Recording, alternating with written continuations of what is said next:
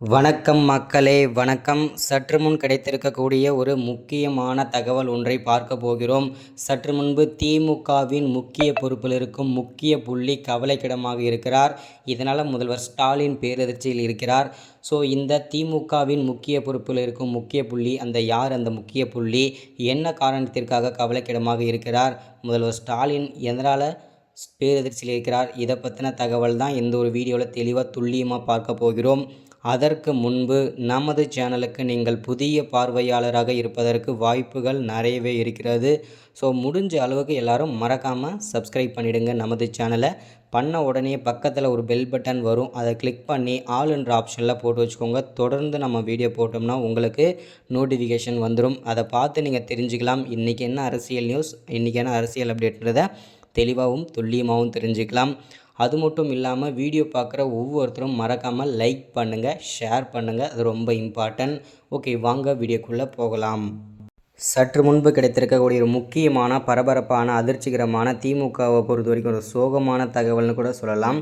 ஏன் அப்படின்னு பார்த்தீங்கன்னா, திமுகவை பொறுத்த வரைக்கும் கடந்த ஒரு 3-4 மாதங்களாகவே பார்த்தீங்கன்னாக்கா பல்வேறு அமைச்சர்கள் பார்த்திங்கன்னா பல்வேறு சர்ச்சைகளை சிக்கிட்டு வந்துட்டுருக்காங்க.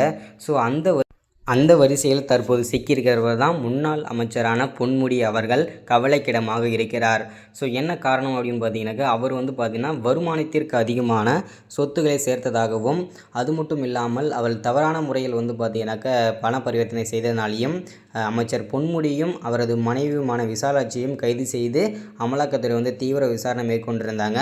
அவங்கள பார்த்திங்கன்னா சென்னை உயர்நீதிமன்றத்தில் பார்த்திங்கன்னா நேற்றைய முன்தினம் ஆஜர்படுத்தியிருந்தாங்க. அதில் பார்த்திங்கன்னா அவங்க தப்பு செய்து, அதாவது பார்த்திங்கன்னா குற்றங்கள் செய்ததை உறுதிப்படுத்தி அவங்களுக்கு பார்த்திங்கன்னா 2 பேருக்கும் 3 ஆண்டுகள் சிறை தண்டனையும் 50 லட்சம் ரூபாய் அபராத தொகையும் விதிச்சிருந்தாங்க சென்னை உயர்நீதிமன்றம். இதை ஏற்றுக்கொள்ள முடியாத முன்னாள் அமைச்சரான பொன்முடி அவர்கள் மேல்முறையீட்டுக்காக டெல்லி ஹைகோர்ட்டுக்கு கொண்டு போயிருந்தாங்க. அங்கே பார்த்தீங்கன்னாக்கா முன்னாள் அமைச்சரான பொன்முடி செய்த குற்றங்கள் ஒரு நிரூபணமாகிறது. ஆனால் அவருடைய மனைவியை தப்பு செஞ்சது பார்த்திங்கன்னா நிரூபிக்கப்படவில்லை. அதனால் அவருடைய மனைவியை மட்டும் பார்த்திங்கன்னா விடுதலை பண்ணிவிட்டு அவரை முன்னாள் அமைச்சரான பொன்முடியை பார்த்திங்கன்னா 3 ஆண்டுகள் சிறை தண்டனை, 50 லட்சம் ரூபாய் அபராத தொகை மீண்டும் நீங்கள் கட்டியே செலுத்தியாக வேண்டும் என்பது அதிரடியாக நீதிபதி அவர்கள் பார்த்திங்கன்னா தீர்ப்பளிச்சிட்டாங்க.